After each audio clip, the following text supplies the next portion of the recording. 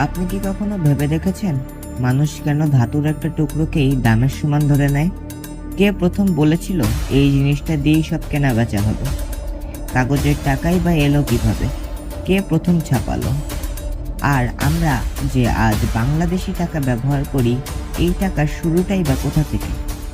আজকের ভিডিওতে আমরা ধাপে ধাপে জানবো টাকার পুরো ইতিহাস, শুরু থেকে আজ পর্যন্ত।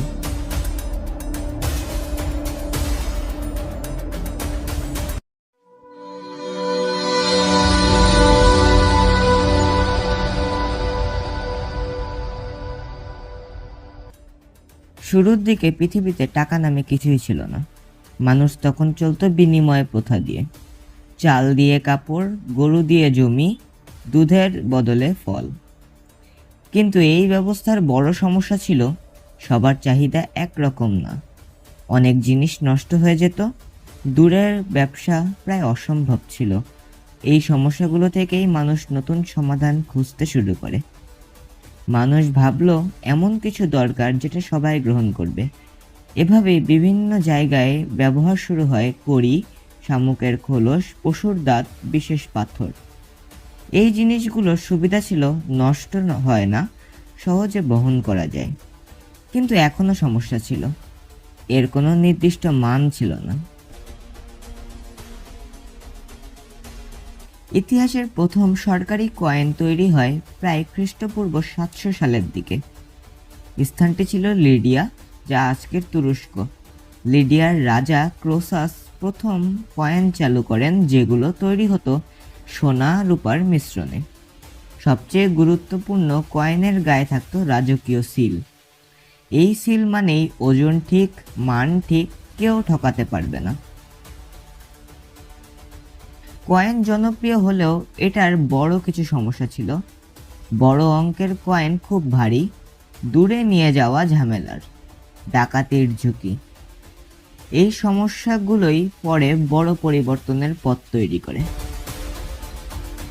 কাগজের টাকার ধারণা আসে চীন থেকে। সময়টি ছিল নবম থেকে একাদশ শতাব্দী। সরকার ছিলেন তাং এবং সং রাজবংশ। চীনা সরকারের প্রথম কাগজের টাকা চালু করে, যাকে বলা হতো জিয়াওজি। কারণ খুব সোজা, ভারী কয়েন বহন করা কঠিন হয়ে যাচ্ছিল। সরকার বলল, আপনি কয়েন জমা রাখুন, আমরা কাগজ দেব। এই কাগজই পরে টাকার রূপ নেয়।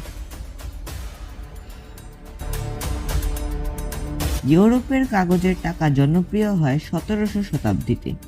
সুইডেন ও ইংল্যান্ডে প্রথম আধুনিক ব্যাংকিং শুরু হয়।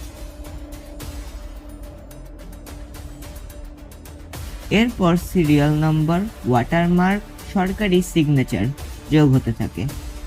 টাকা তখন আর ব্যক্তির না, পুরোপুরি রাষ্ট্রের অধীনে চলে যায়। এই অঞ্চলে শুরুতে চলতো কড়ি, তারপর মৌর্য আমলে ধাতব মুদ্রা, মুঘল আমলে রুপি, ব্রিটিশ আমলে আধুনিক নোট। 1947 সালে আসে পাকিস্তানি টাকা। আর 1972 সালে বাংলাদেশ স্বাধীন হওয়ার পর চালু হয় বাংলাদেশি টাকা। প্রথম নোট ছাপা হয় বাংলাদেশ ব্যাংকের অধীনে।